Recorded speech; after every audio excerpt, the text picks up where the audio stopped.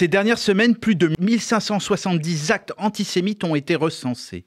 Ce chiffre exorbitant comparé à ces dernières années reste pourtant dérisoire quand on se penche sur la multitude d'actes enregistrés en ligne depuis le 7 octobre. On pourra même parler d'un déferlement de haine.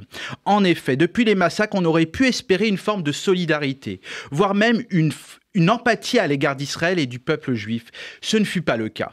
Vous le savez maintenant, une haine mondiale semble avoir contaminé bon nombre de pays occidentaux, des États-Unis en passant par l'Angleterre, la France, l'Australie, bouleversant par là même le quotidien des citoyens de confession juive, mais aussi celui de ceux qui tentaient vainement de les soutenir. Le chanteur Vianney, le 7 novembre, soit un mois après ce triste jour, s'exprima dans la matinale de France Inter. Quand il y a eu l'attentat du 7 octobre, j'ai partagé un hommage. Mais ça me paraissait normal. Je veux dire, je n'ai pas réfléchi. À un moment donné, il y a des gens qui sont décapités, éventrés, tués. Ça ressemble quand même étrangement à un truc qu'on a vécu nous, pour lequel la planète s'est mobilisée, au Bataclan. Donc forcément, je partage un hommage. Derrière, j'ai reçu des milliers de menaces de mort, des menaces de viol de ma femme.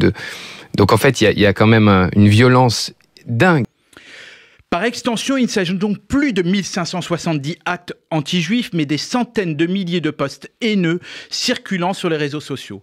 Il faudra les traiter, il faudra les bannir ou les traquer dans la vraie vie, comme on dit. La difficulté supplémentaire étant de les limiter à défaut d'empêcher leur diffusion. Nous, Juifs de la diaspora, nous avons le devoir d'entrer en guerre contre ce fléau. Nos armes, ce sont nos smartphones, ainsi qu'un arsenal complet de répliques, de méthodes et de façons de faire. Pour cela, nous nous devons d'avoir la bonne réaction face au contenu. Je vous avais déjà indiqué la marche à suivre pour favoriser les posts en faveur d'Israël, en likant, en sauvegardant, en regardant en entier la vidéo, en commentant en anglais, en citant une personne, si possible habitant à l'étranger ou en dehors de la communauté juive, pour permettre au dit contenu d'être reconnu par l'algorithme des plateformes comme un contenu de qualité et aussi parler des différentes façons pour signaler les posts contrevenants via les dites plateformes et Pharos. La meilleure réponse pour combattre l'antisémitisme, c'est l'action. Vous devez vous-même créer des contenus. Et la meilleure façon d'en fabriquer, c'est déjà d'avoir une parfaite maîtrise du sujet. Je ne peux que vous encourager à lire un livre, 100 pages seulement, de Georges Bensoussan, Les origines du conflit israélo-palestinien, et que sais-je, aux presses universitaires de France, et voir le documentaire en 4 parties produit pour Arte par Simone Harari-Beaulieu, Histoire de l'antisémitisme. Ces 2 références vous donneront les bases solides pour étayer vos propos.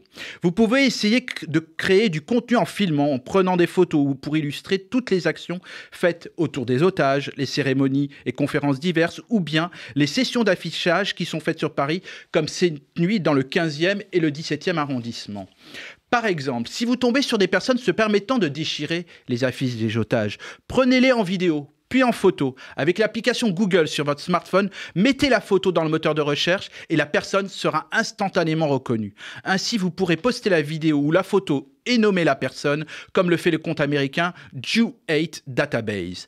Une autre forme de contenu qui fonctionne, essayez de répondre via une vidéo ou des photos à une question qu'on vous aurait posée en étant concis et en vous adressant à un public a priori hostile. Je pourrais continuer à vous donner des dizaines de manières de réagir virtuellement. Dites-vous seulement que chaque petite chose faite par chacun peut être efficace et s'il est fait à grande échelle. Et nous avons aujourd'hui ce pouvoir de combattre la haine du juif derrière nos écrans. Prenons-le. Car même après cette guerre, comme depuis les millénaires, nous continuerons à nous battre et nous ne faillirons pas.